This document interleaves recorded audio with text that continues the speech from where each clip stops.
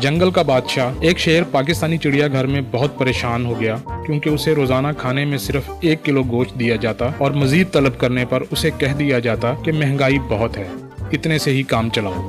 जब पाकिस्तान और दुबई के दरमियान जानवरों के इंतकाल का मंसूबा तय पा गया तो इस शेर को दुबई ट्रांसफर करने के लिए मुंतखब कर लिया गया। वो शेर समझा कि मेरी दुआएं कबूल हो गई हैं, अब साफ सुथरा जू, एसी और पेट भरकर खाना मिलेगा। दुबई पहुंचने के बाद पहले दिन उसे एक इंतहाई खूबसूरती और महारत से सील्ड थैला मिला।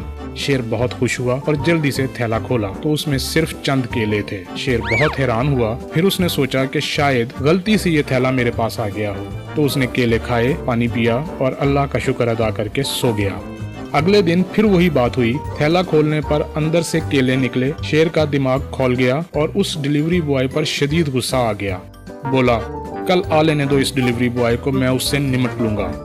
अगले दिन फिर जब डिलीवरी बॉय आया तो शेर ने उसे रोक लिया और उसके सामने पैकेट खोला, अंदर से फिर केले निकले। शेर ने डिलीवरी बॉय को बहुत गुस्से से कहा, तुम ऐसे काम करते हो, तुम्हें पता ही नहीं कि शेर क्या खाता है, रोजाना गलत केलों का पैकेट दे जाते हो, तुम्हें पता नहीं कि मैं शेर हूँ, जंगल का बादशाह हूँ और जंगल का बादशाह गोश्त खाता है। डिलीवरी बॉय ने बहुत इत्मीनान से उसकी सारी बात सुनी और बहुत नर्म और पुरसुकून लहजे में बोला, सर मैं जानता हूँ कि आप जंगल के बादशाह हैं, लेकिन माजरत के साथ आपको यहाँ बंदर के वीजा पर लाया गया है।